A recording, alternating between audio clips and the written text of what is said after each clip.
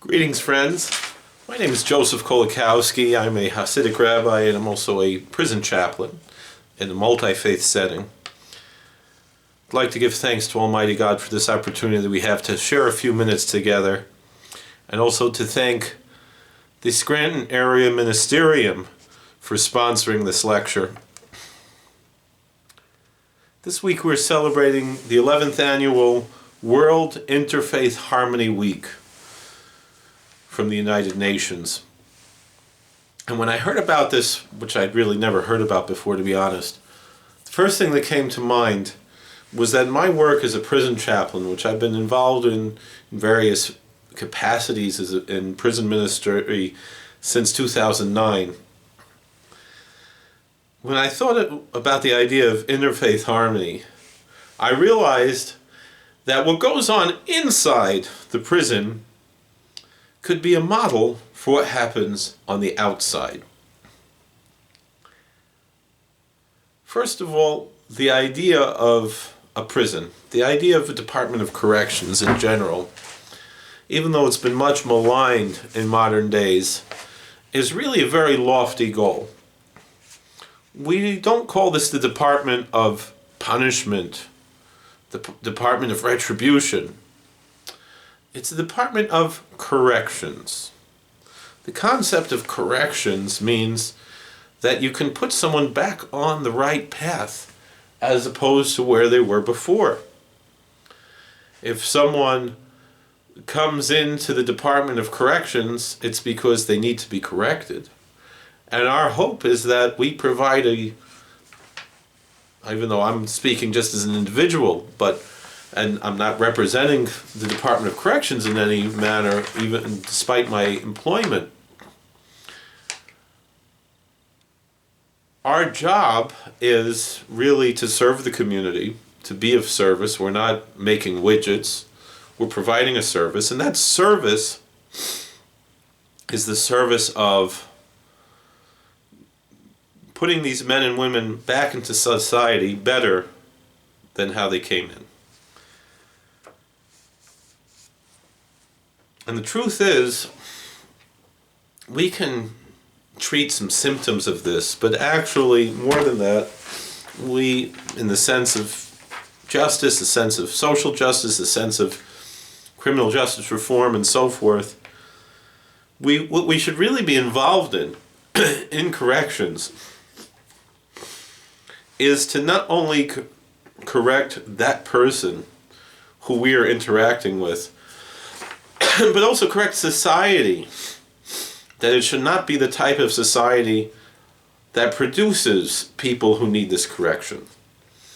And so the Department of Corrections should be not only correcting those who are incarcerated, but doing a mission to correct society as a whole, so to eliminate the need for such corrections. Obviously, we're human beings, we're all filled with faults. And so there will never be a lack of a need for corrections. But nonetheless, we can always strive to be better than we were before. And in a certain sense, that's what we're dealing with here. This concept of harmony, and that we have to dedicate a week to interfaith harmony, kind of indicates that, as we all know, there is a lack of harmony. And we have to seek out a method by which to attain that harmony. And in many ways, I think the UN has a very positive role model for us in attaining that harmony. One of the things that the UN is well known for is that there are United Nations World Heritage Sites, and that there's a concept of trying to preserve an aspect of world heritage. And world heritage does not only have to be that of a site, but it can also be that of a concept of a movement, and so forth. And so the heritage that exists in the plethora of expressions of spirituality and religion in the world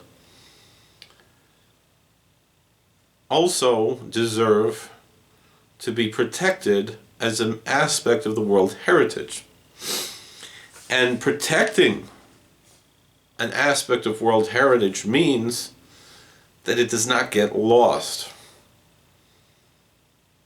We can be united without losing our individual identity. We can have all the various translators and interpreters and ambassadors that exist, for example, in the United Nations, in order to maintain peace and harmony without losing the individual identity that may exist in the plurality and diversity of expressions, including the expressions of religion and other cultural expressions that exist in the world.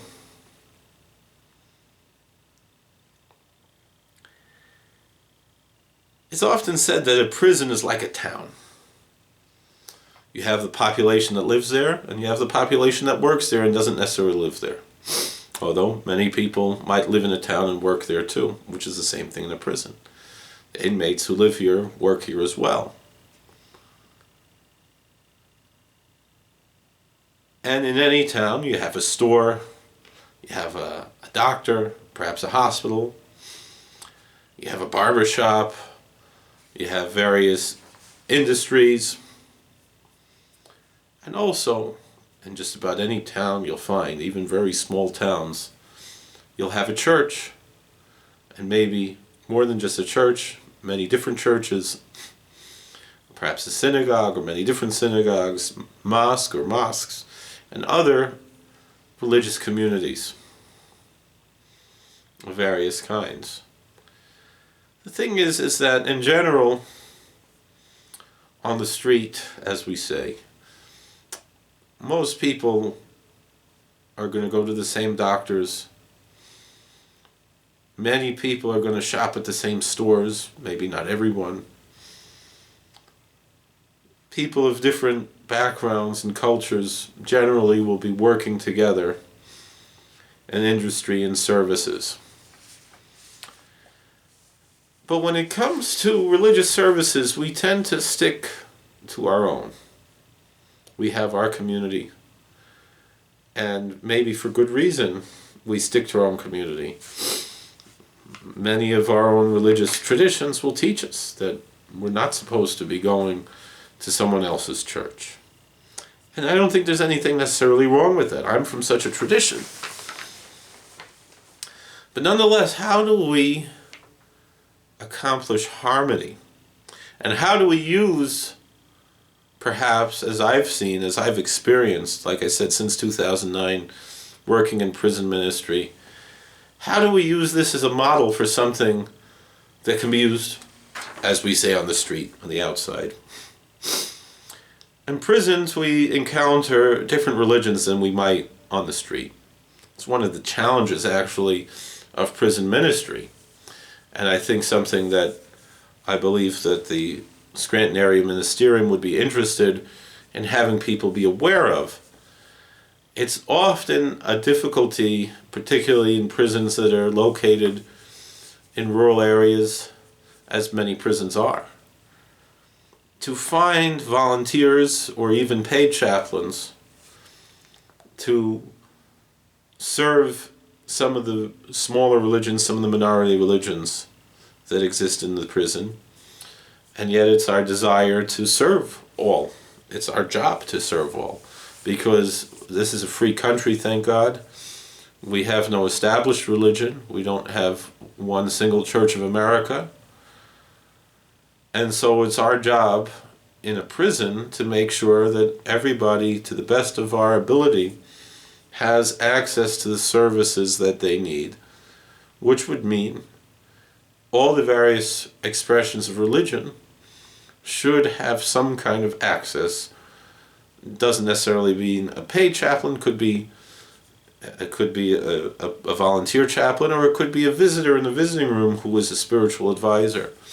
But everyone should have some sort of an outlet, some sort of a connection to the outside, and we try to our best to facilitate that, but sometimes it's difficult. And so when we want to serve every religion that we have here, we have to put in some little extra effort, and we'll talk about that a little bit more. You know, most of us are familiar with some of the major religions that exist, but quite often we've heard of what happens in other countries, but we're not so familiar with, we might not have a connection locally. We might not even know anybody who belongs to some of the very large religions that exist throughout the world. But the truth of the matter is that when we're in a prison setting, and people might be sent from anywhere in the state to be housed in a prison facility, you're going to have a diversity of religions that you're not going to necessarily run into on the street, or you might run into and be unaware of that. We don't know necessarily what are the religious beliefs of anyone that we encounter at work or in our lives, unless there's someone who's a member of our own religious communities in general. But we run into the major religions, all various types of Christianity and Islam and Judaism in the prison, but we don't always realize that there are other religious expressions, other religious communities, some of which you might have never heard of before coming to work or be in a prison otherwise. Or some that you might have, and I think this is really the crux of what I want to express here. There's going to be some that you probably heard something about, never encountered, and maybe have heard something negative about them. I know that's been my experience, that growing up, you hear about these various groups, these various communities, that, oh, they all hate this group, and I might be part of that second group that they hate. And so there might be a certain fear of people from a certain community. But when you actually meet them, instead of just hearing things, you know, from people who've never met people from these communities, you find out that we're not all that different.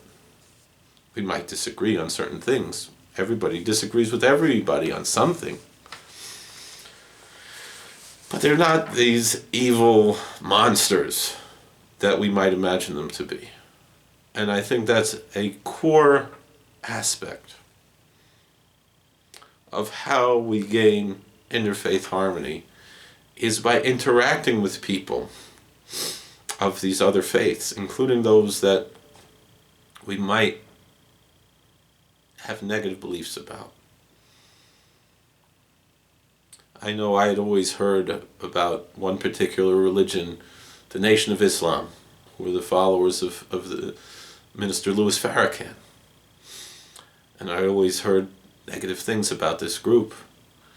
And I remember my first professional prison chaplaincy work was at a federal prison down in Virginia, where my first synagogue was as well. I was the rabbi of the synagogue in Richmond, Virginia for a number of years. And very part-time, I was a prison chaplain ministering to the Jewish community in 3 prisons within a complex about 40 minutes south of Richmond in a federal prison. And although my main ministry was to the Jewish community or anybody who was interested in learning about Judaism, anybody who wanted to meet with me for whatever reason, every now and then I would meet other inmates. And there were many encounters that were important to me. There was one that really sticks with me as far as this question of interfaith harmony, because it breaks all the stereotypes. And I believe this was the first time that I had knowledgeably met with a member of the Nation of Islam, which is very different theologically than what would be called Orthodox Islam, the traditional branches of the Sunni and the Shia.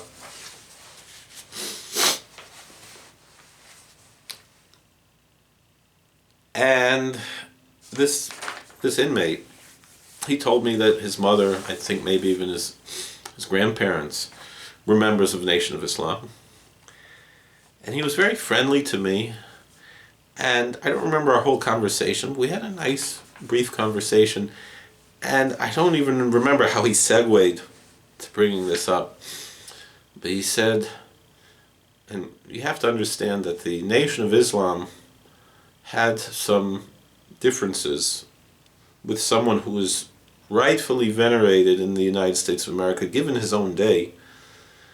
Practically, I would say, an American saint that crosses all borders, not certainly outside of only his own tradition of being a Baptist minister and pastor, was the Reverend Dr. Martin Luther King, who we all venerate highly and who deserves that veneration.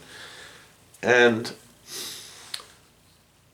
we know that there were some differences between the ideology of the Nation of Islam with Malcolm X at the time and others, and their ideology and Dr. King's ideology. And yet this man, who was a member of the Nation of Islam, said to me, and I'm not a Christian, I'm very obviously a Hasidic Jew, I'm not a follower of Jesus of Nazareth, and he, as a member of the Nation of Islam, although they do venerate Jesus, their idea of Jesus is very different than that of how most Christians would view Jesus. It's different how traditional Muslims view it as well. But he said to me, and this was fascinating, he said that Dr. Martin Luther King was the most Christ-like person in the 20th century.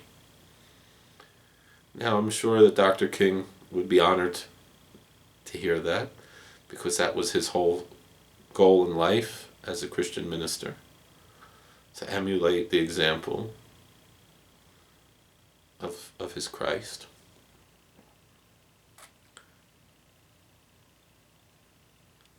But when I thought about that, I realized, and I've mentioned this many times over the years in various forums, I realized that what this young man was saying, it had a lot of merit to it. Because like Jesus of Nazareth, how he's presented in Christian scripture, Dr. King was killed unjustly when he was in his 30s, and his message became stronger after his martyrdom than it did in his life, although his ministry was very strong in his lifetime. And so that really opened up my eyes. Now, I'm not stating this as much to make any theological statement, because it's not my theology, it's not my tradition. I almost feel inadequate to mention such a thing, because I don't want to be stepping on the toes of my Christian neighbors by making this statement, and it's not my statement, I'm quoting what I heard. The reason I'm telling this story is not because of necessarily the message of what this young man was telling me, as much as to show how this encounter probably would have never happened anywhere else, but it should happen elsewhere. It should be something that one should be able to encounter. And the depth of that encounter that I had as a prison chaplain, speaking to a person of a radically different faith, although it's radically different, we have much in common, despite all that.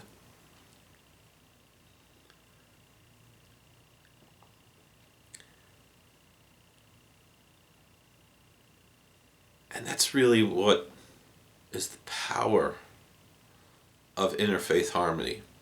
I don't stop being Jewish, he doesn't stop being a Nation of Islam. We're both appreciating another religion, Christianity. and a major figure, Dr. Martin Luther King Jr., from that tradition, from the Christian tradition, who we've all embraced here in the United States and in the world.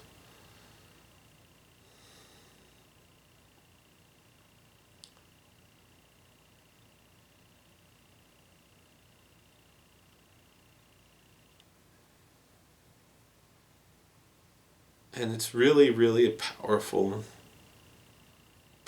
message. That we can have a dialogue, we can have appreciation, we can have harmony.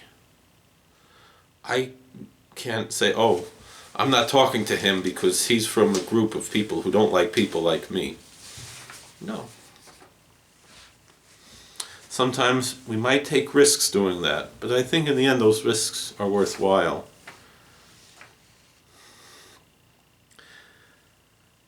There's a website that people ask questions. It's called Quora. And people answer questions, and I every now and then like to answer the questions in Quora. Sometimes the people send me directly the questions. And a number of years ago I saw a question, I believe it was on Quora. It might have been on Facebook or somewhere else. And it says, what does a pastor, a priest, and a rabbi, and an imam, if they're all sitting in a room together, what do they talk about? I'd like to be a fly on the wall. And the truth of the matter is, sometimes, maybe often, we talk about religion. Most of the time we've got to talk about our work. If we have an official meeting all together, we're going to talk about what do we have to do for our work? What do we have to do to fulfill our jobs, to serve the men that we are dedicated to be serving here?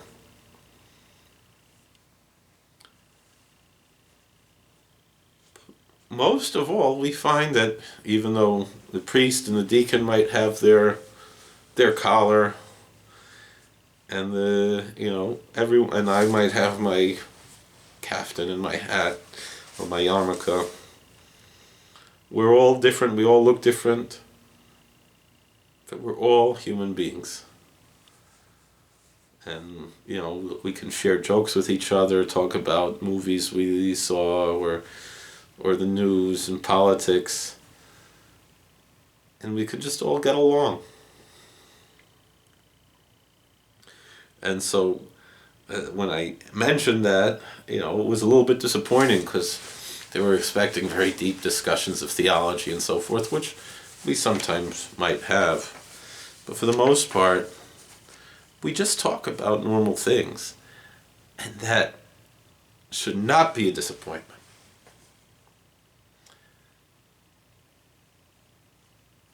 You see, so often we're looking for something that's really exciting, and exotic. Oh wow, it's not just that the priest and the rabbi and the minister walk into the bar. Obviously the imam's not going to be there, right? It's not just a joke. It's a serious thing. You want to hear deep discussions of theology and the differences between the different faiths and so forth. And we all have our differences, and we respect our differences, and we celebrate our differences. But in the end, what we have in common is we're just some people. We're just human beings. And we're doing what we have to do.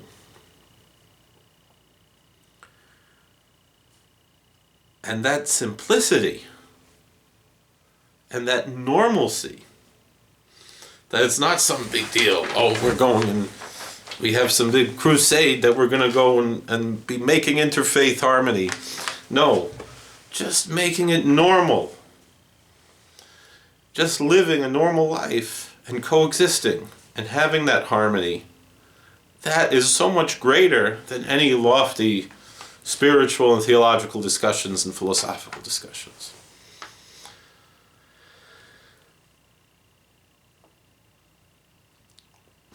Beyond that,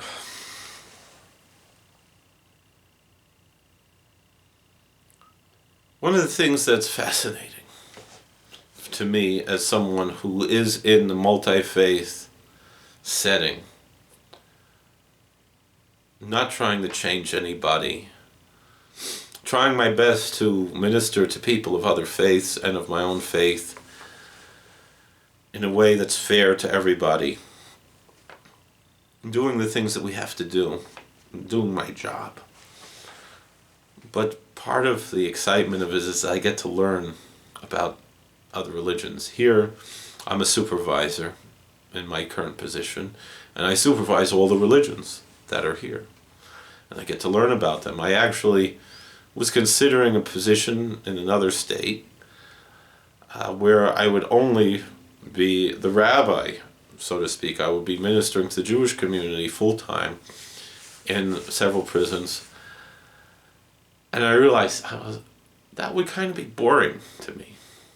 I would much rather have that plurality.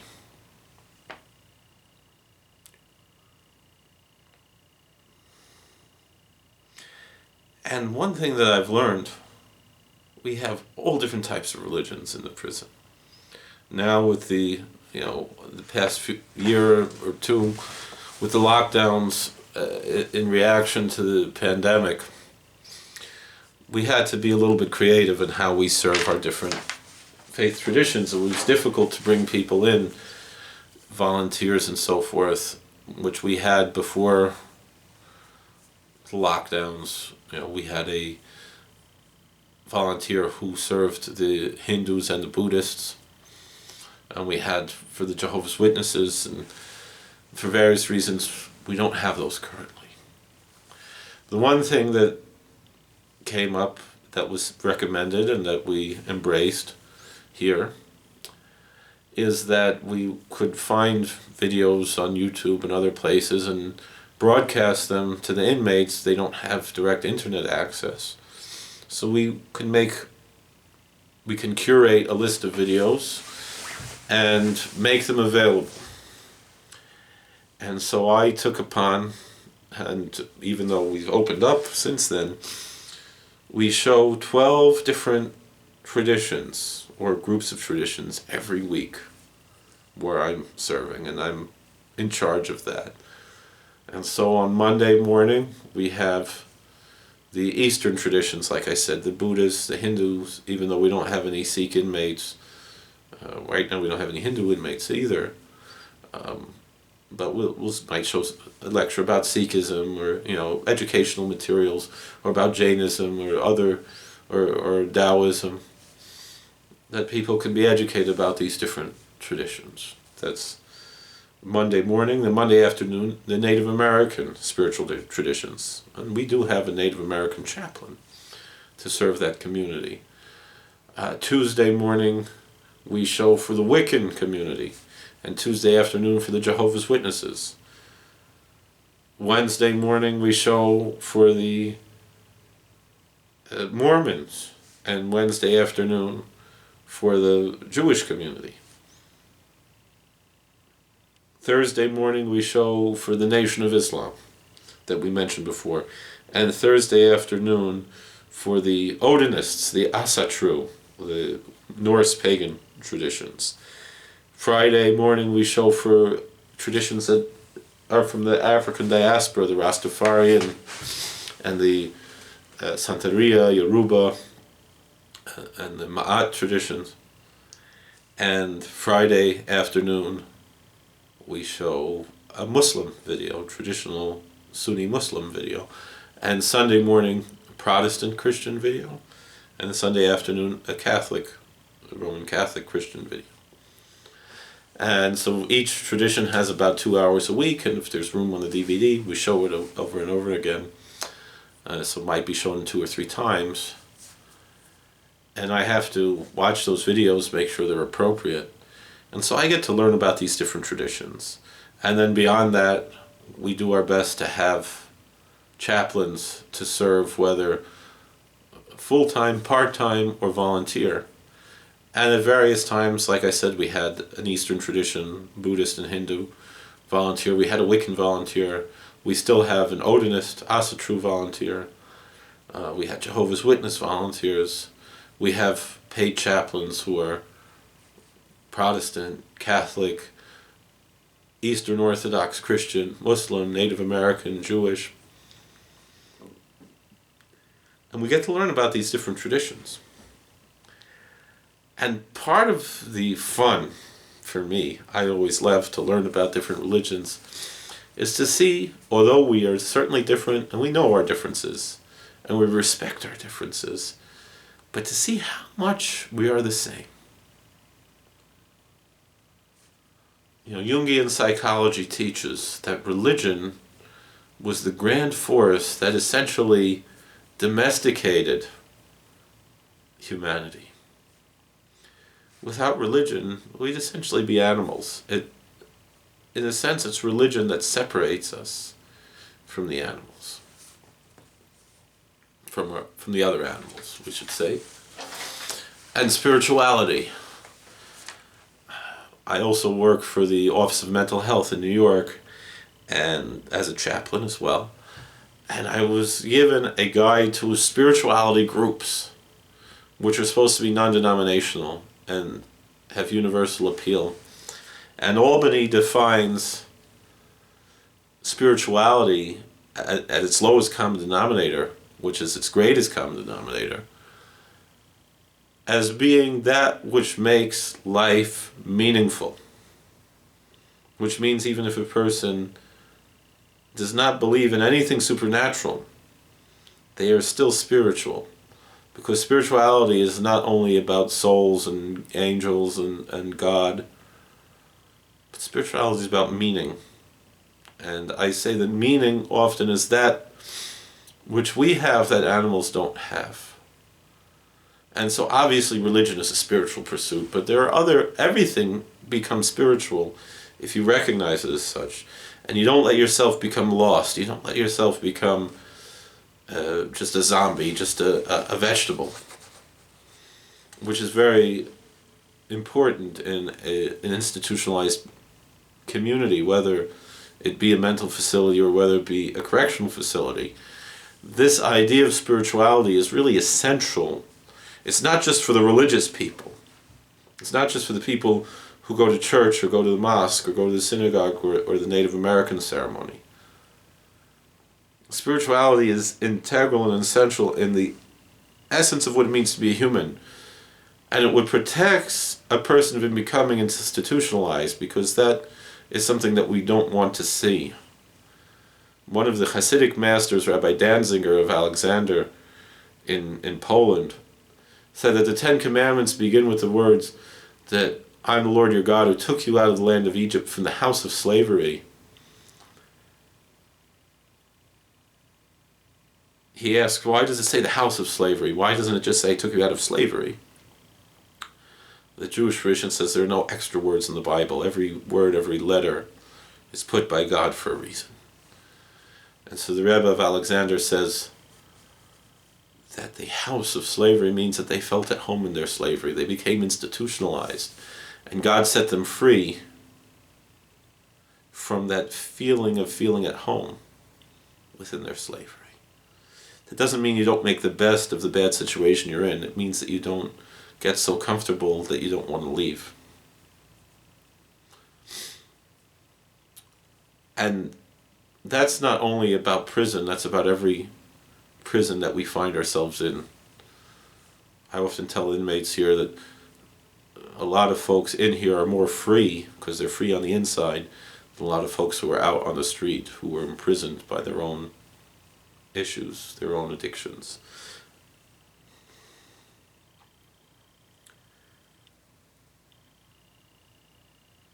And so spirituality obviously includes religion. And maybe the things that we would call spiritual but not religious, people who enjoy meditation and yoga, things like that, which are actually coming from religious traditions, but maybe they're expressing it without the religious bounds, which the etymology of the word religion means something that one is bound to, a binding. But things like art and music are very obviously spiritual. Now obviously religions use art and music, but outside of religious context, I think most people can understand that appreciating art, music, drama, film, drama began really as a religious expression in ancient Greece. That all of these things can be spiritual without being religious, right? But then you could take it a step further down. Things like science, math, history, politics, they're all spiritual. Now, first of all, every religion has a history. Most religions have some kind of political interest. Most religions have something to say about science. Many religions have math as part of their sacred ideology, numerology, and so forth. But in and of themselves, outside the religious context, these things give meaning to life.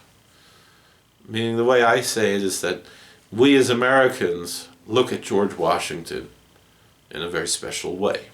As our first president, he's somewhat like a Jungian archetype, as is, Jefferson and Franklin, and later on Lincoln, and later on Kennedy, and even other, not only politicians, but we mentioned Dr. Martin Luther King, other figures, Gandhi.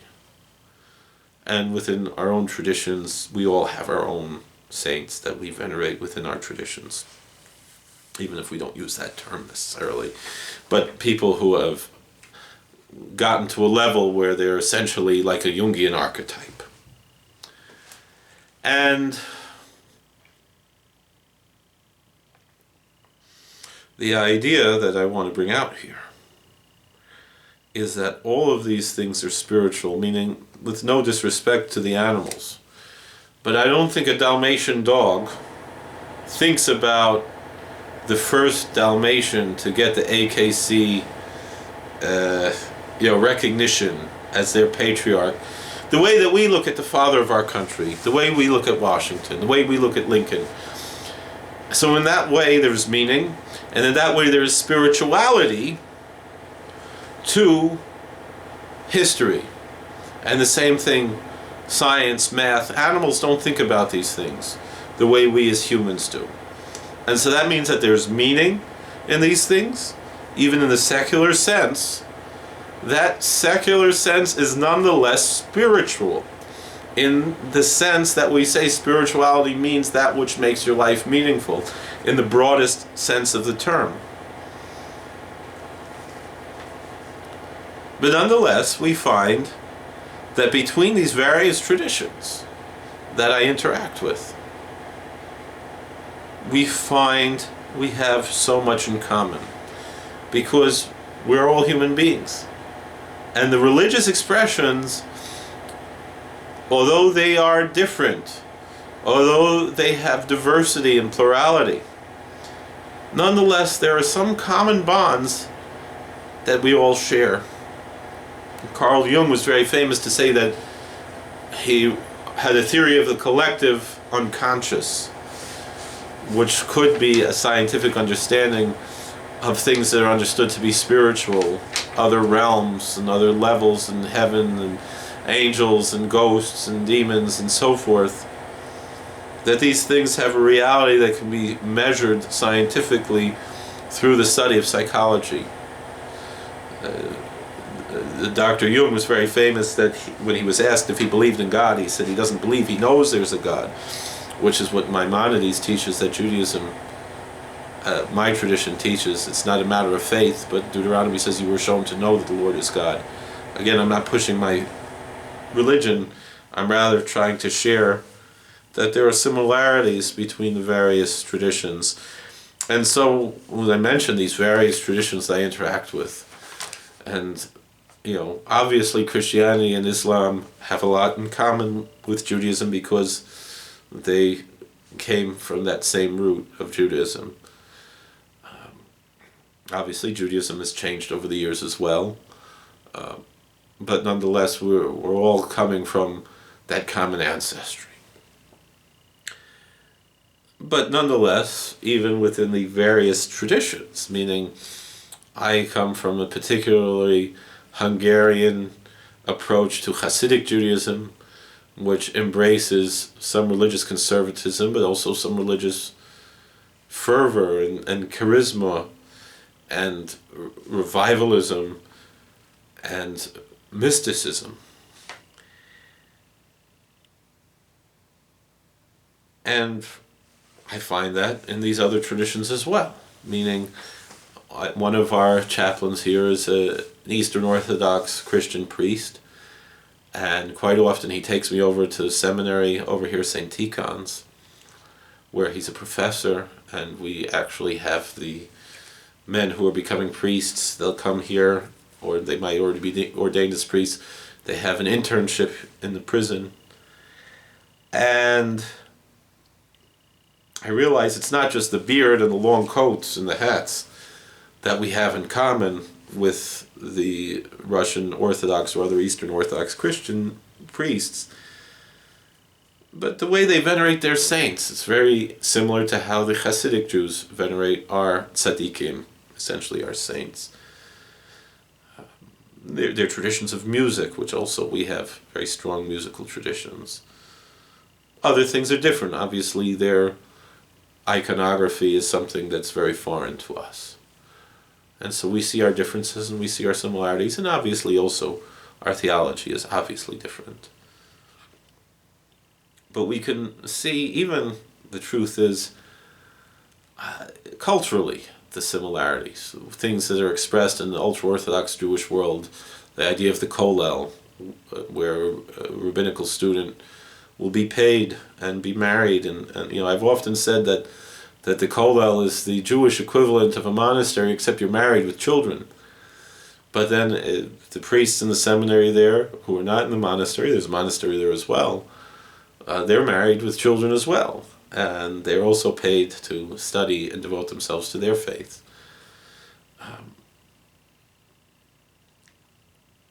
And I found the same thing in the Islamic community. There's a very large Turkish community in the Lehigh Valley area, the followers of the very famous Islamic scholar Fethullah Gulen, who was exiled from Turkey and resides here in Pennsylvania. And many of his students have gone into prison chaplaincy. And again, they have that kind of a kollel idea. The way they venerate Imam Gulen is very much like a Hasidic Rebbe is treated. The way that he's looked upon in their traditions. And there our theologies are much similar, obviously, in our liturgy and so forth, and our traditions are very, very similar between Judaism and Islam.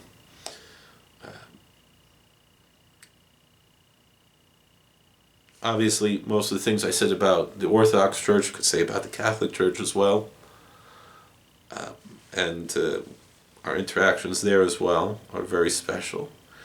And then Protestants, some of them evangelical, we get along, ideas about Scripture, Holy Land, and so forth. But those are to be expected because we come from similar roots.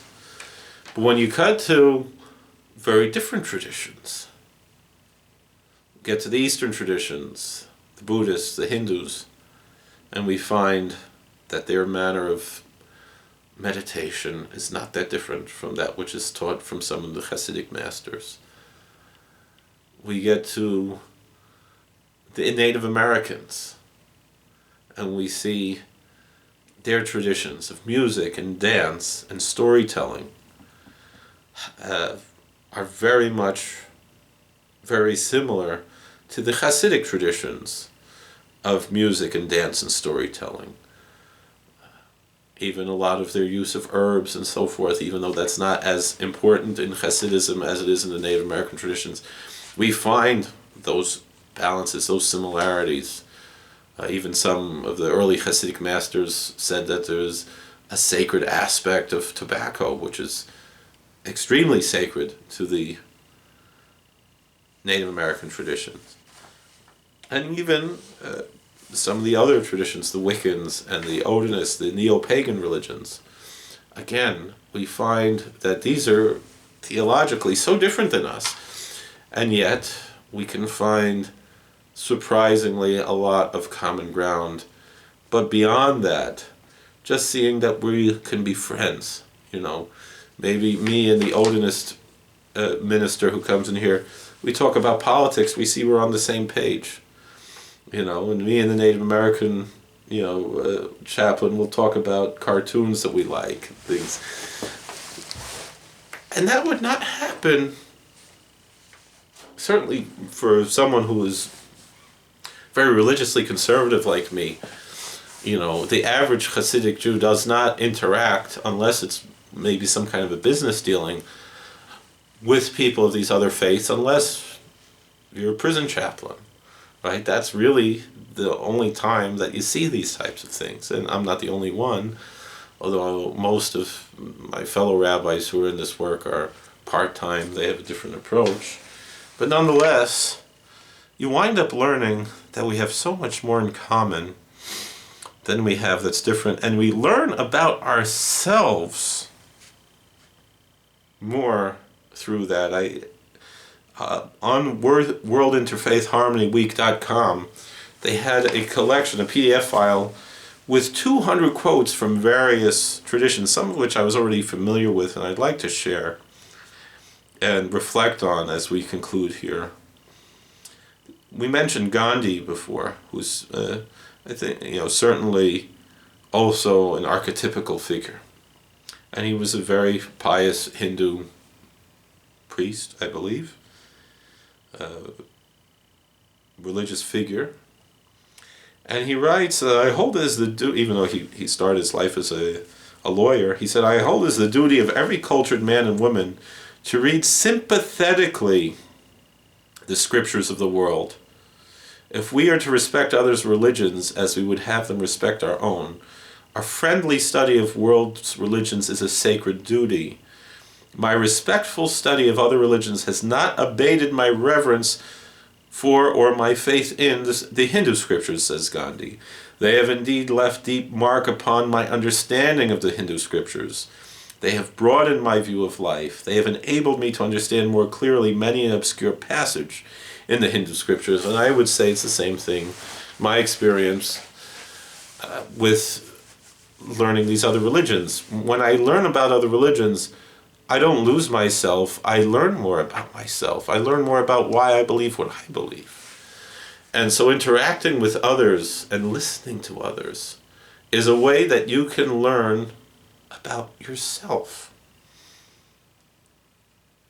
Another archetypical person, someone I once made a pilgrimage to his grave in Elmira, New York, was Mark Twain.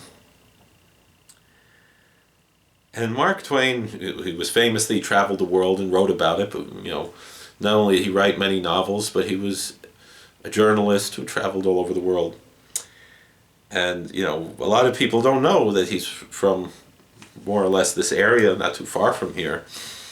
Elmira is right over the border from Pennsylvania.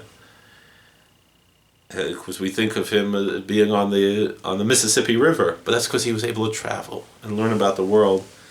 And he says that travel is fatal to prejudice, bigotry, and narrow-mindedness, and many of our people need it sorely on these accounts. Broad, wholesome, charitable views of men and things cannot be acquired by vegetating in one little corner of the earth all one's lifetime.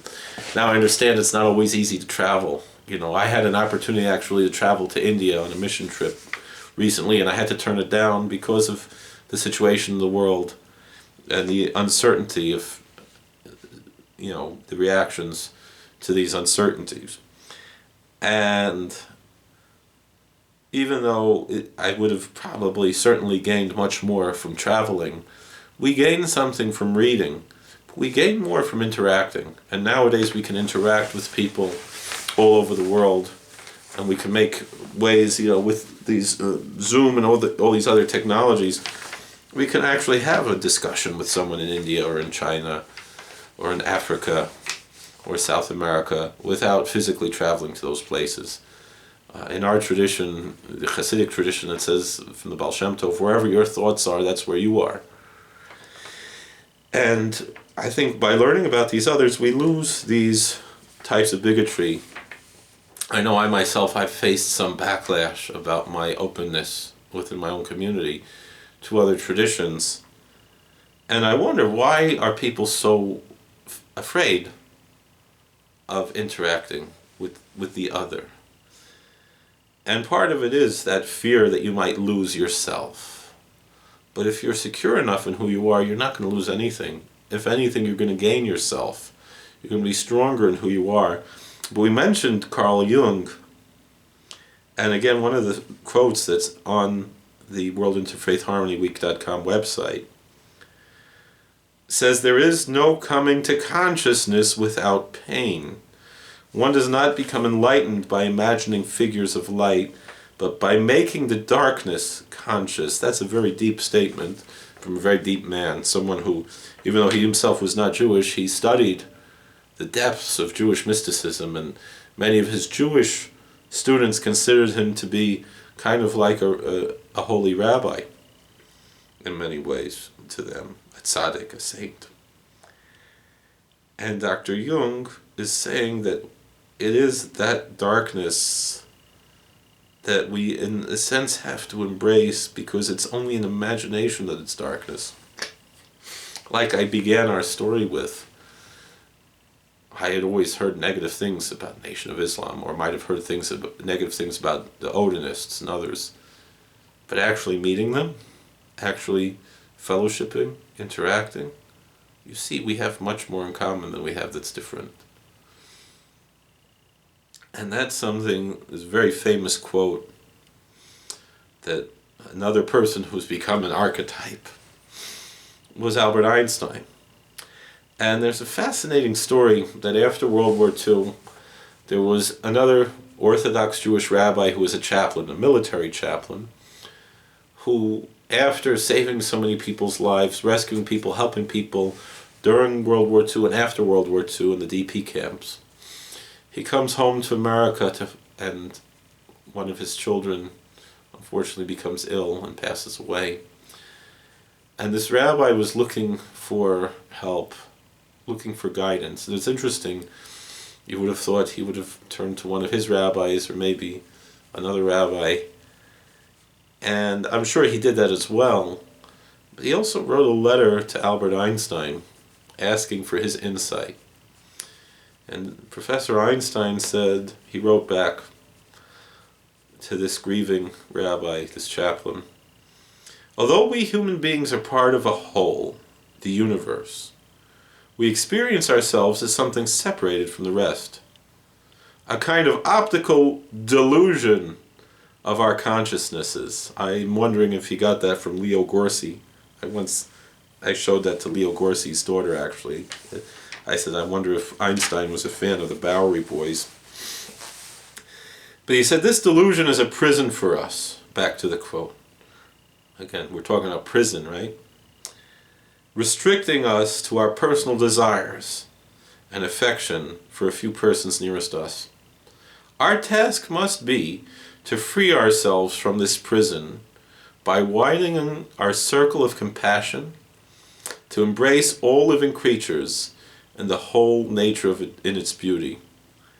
And although it's not quoted here, he said that our obligation is not to feed this optical delusion, but to be rid of it.